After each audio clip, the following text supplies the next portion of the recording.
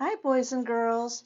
Do you remember last week we learned about St. Patrick?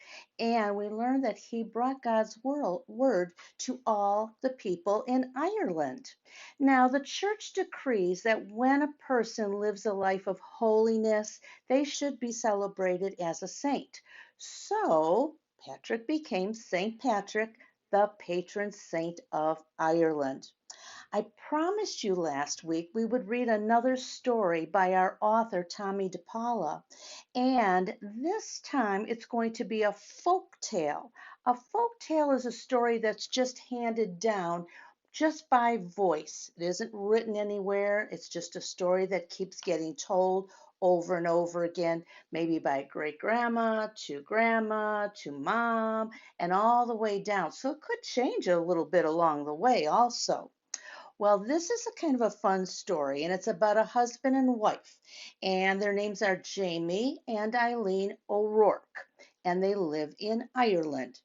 Now, everybody knew that Jamie was very, very lazy, and Eileen had to do all the planting, all the watering, all the weeding of the potatoes that they were growing in their garden to eat. I hope all of you help with the chores at home. You're not lazy, are you? Well, something happens and Jamie is finally going to have to help with the chores. Now, in Ireland, they grow a lot of potatoes. Potatoes come in all different sizes, little potatoes, all the way up to really big potatoes. And we all enjoy them. Now, they grow a lot of potatoes in Ireland because they're very easy to grow, even in poor soil. The soil isn't very rich, and they still continue to grow. And so the people in Ireland depended on the potatoes, or the praties as they called them, for their meals. And now people all over the world eat potatoes. I do, don't you? Baked potatoes, mashed potatoes, hash brown potatoes, scallop potatoes, and of course, French fries. Well, today we're going to see if Jamie finally gets busy in the potato garden and he's taking a little trip to the church. Let's see who he meets along the way. So, our story today is called Jamie O'Rourke and the Big Potato. Now, I called this a big potato, didn't I? That was a pretty good size. Well, let's find out. And remember, we said it was written by Tomie DePaula. Well, Jamie O'Rourke was the laziest man in all of Ireland. He would do anything to avoid working, especially if it had to do with growing potatoes. Wow, the laziest. That's pretty bad. Jamie O'Rourke, said his wife Eileen, we'll have nothing to eat this winter if you don't go out and dig up those praties.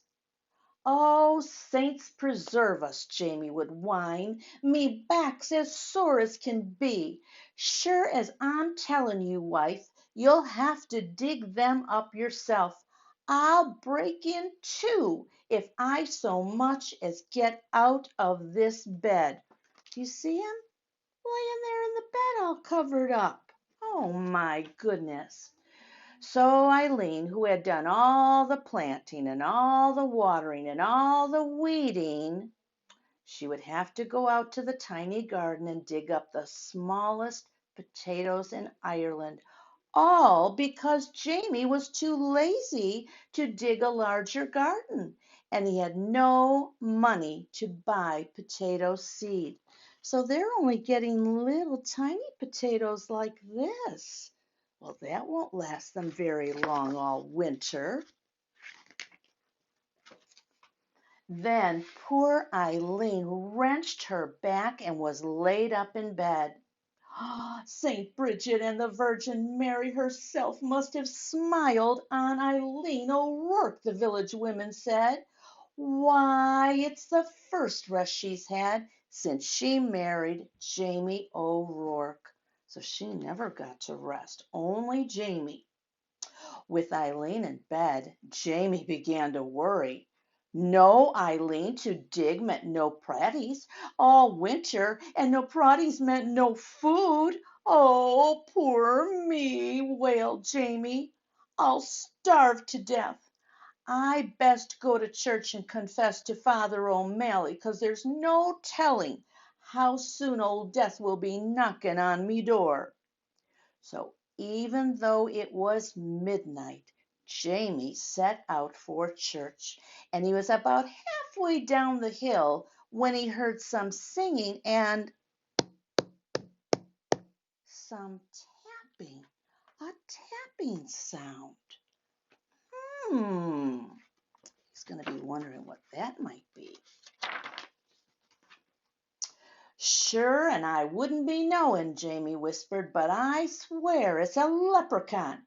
And sure enough, sitting in a circle of ferns in the moonlight was a leprechaun, singing and hammering tiny little nails into the heels of the fairy boots he was making. Jamie knew just what to do.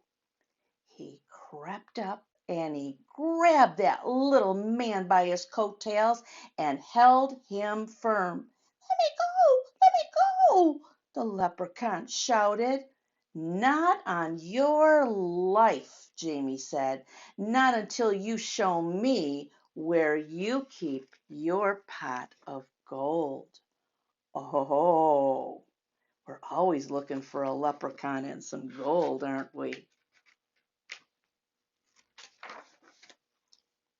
Now, everyone in Ireland knows that leprechauns make boots and dancing shoes for the fairies who pay for them with gold. And everyone knows that if you catch a leprechaun, he'll pay for his freedom with his pot of gold. But this leprechaun, he was cleverer than most. Oh, please, Mr. Mortal Man, he pleaded.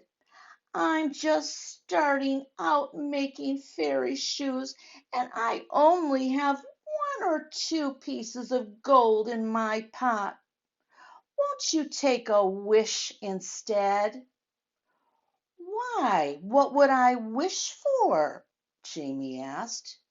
Me, who's about to die of starvation because my wife is sick in bed and can't dig the potties for the winter, and there's such a puny proddy anyhow.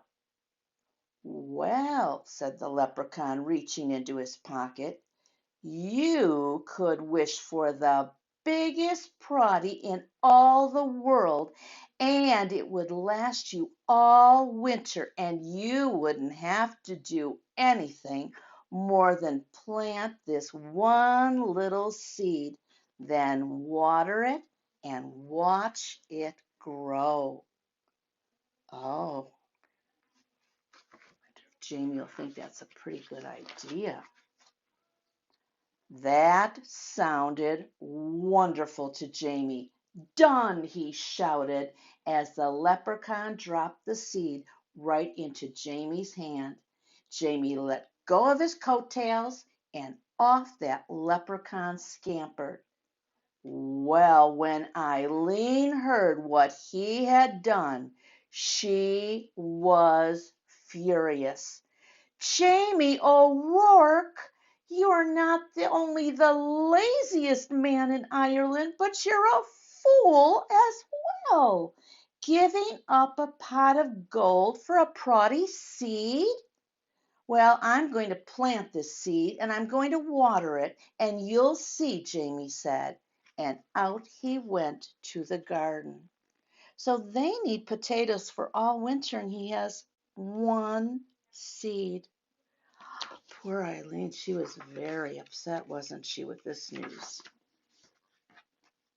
And faith, Eileen did see in no time at all the biggest, finest potato plant had sprouted out of the ground, followed by the potato itself. It was so big it pushed up Not only all the dirt in the garden, but the garden shed and the corner of the cottage as well. Well, surely now it's ready to dig, Jamie said very proudly.